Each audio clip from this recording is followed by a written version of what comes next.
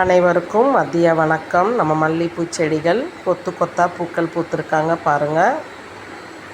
நம்ம இந்த மாதிரி பூக்கள்லாம் தேவை இருந்தால் நம்ம என்ன மாதிரி உரங்கள் கொடுக்கலான்றது தான் இந்த வீடியோ. நம்ம மல்லிகைப்பூ செடிகளுக்கு மட்டும் இல்லை, நம்ம செடிகள் ரோஜா செடிகள், நம்ம தோட்டத்தில் இருக்க முக்கால்வாசி செடிகளுக்கு நான் கொடுக்குற உரங்கள் தான் இது. இந்த பெஸ்ட்டு உரங்கள் நீங்கள் கொடுத்து ட்ரை பண்ணுங்கள். நம்ம செடிகள் பாருங்கள் எந்த அளவுக்கு வளர்ச்சியாகவும் பூக்கள் அதிகமாக நாளுக்கு நாள் அதிகமாக பூக்கள் கொடுத்துட்டே தான் இருக்காங்க. அதுக்கு காரணம் நான் ஒரு 5 டிப்ஸ் சொல்கிறேன். அந்த 5 டிப்ஸை நீங்கள் ஃபாலோ பண்ணாலே நமக்கு தேவையான பூக்கள், காய்கறிகள், கீரைகள் எல்லாமே நம்ம தோட்டத்துலேருந்தே நம்ம அறுவடை பண்ணிக்கலாம். நம்பர் 1, கருப்பு உளுந்து.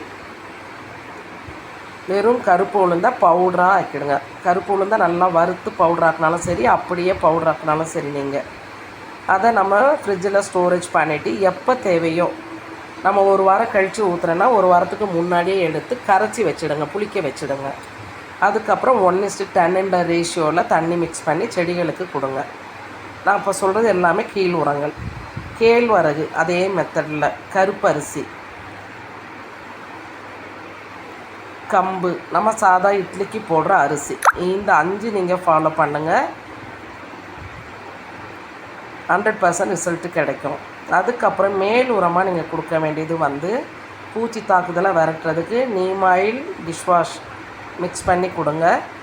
அதுக்கப்புறமா நம்ம சாம்பல் இருக்கு இல்லைங்களா, சாம்பல் உரத்தை நேரடியாகவும் கொடுக்கலாம், தண்ணியில் மிக்ஸ் பண்ணியும் கொடுக்கலாம். 3வது டிப்ஸு, சாம்பலோட எறும்பு பவுட்ரு மிக்ஸ் பண்ணி. அது எறும்புகள் நம்ம செடியில் இருந்ததுன்னா மாவு பூச்சி தொல்லைகள் அதிகமாக வரும். அந்த நேரத்தில் அந்த மாதிரி நம்ம மிக்ஸ் பண்ணி கொடுக்கலாம். நீங்கள் இதை ஃபாலோ பண்ணி பண்ணுங்கள். அதே மாதிரி ரோஜா செடிகளுக்கு நம்ம சொன்ன அத்தனை டிப்ஸும் ஃபாலோ பண்ணலாம்.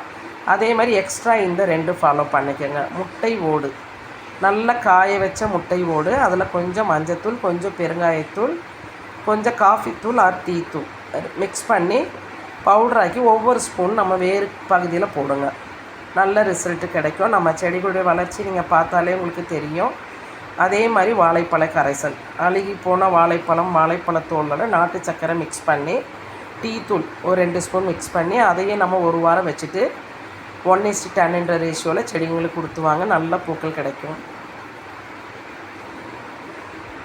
நம்ம தோட்டத்தில் பூக்களுக்கு குறைவே இல்லைங்க.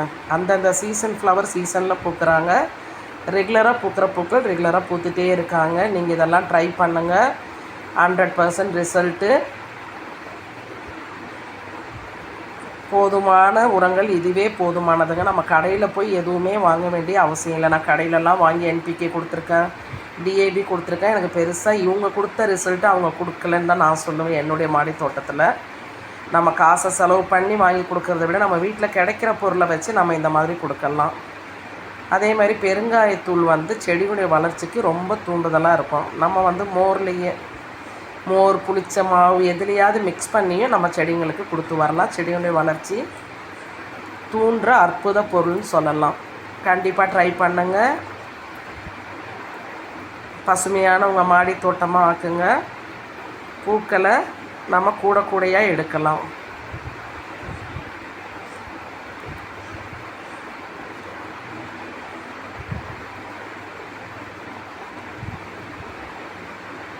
பாருங்கள், நம்ம ரோஜா செடிகள் தளிரோட எப்படி இருக்காங்கன்னு. ஒவ்வொரு நாளும் இது பெரிய தட்டுங்க. இது 18x18 சைஸ் இது. இந்த தட்டு, அந்த தட்டு முழுக்க பூக்கள் பறிச்சிட்டோம். நம்ம கவரில் பாதி பூக்கள் பறித்து எடுத்துகிட்டு வருவோம். அந்த அளவுக்கு நம்ம தோட்டத்தில் பூக்கள் கிடச்சிட்டே இருக்காங்க. நான் காய்கறியில் பெருசாக எஃபெக்ட் போட மாட்டேன். அதனால தான் பூக்களை பற்றியே சொல்லிகிட்ருக்கேன்.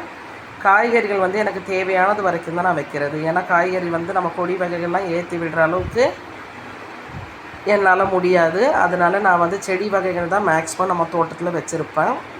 கத்திரி செடி, மிளகாய் செடி, தக்காளி செடி, வெண்டை, கொத்தவரங்காய், அதே மாதிரி மஸ்மிலான், நம்ம தோட்டத்தில் இருக்க பழங்கள், வெள்ளரிக்காய். Thank you all.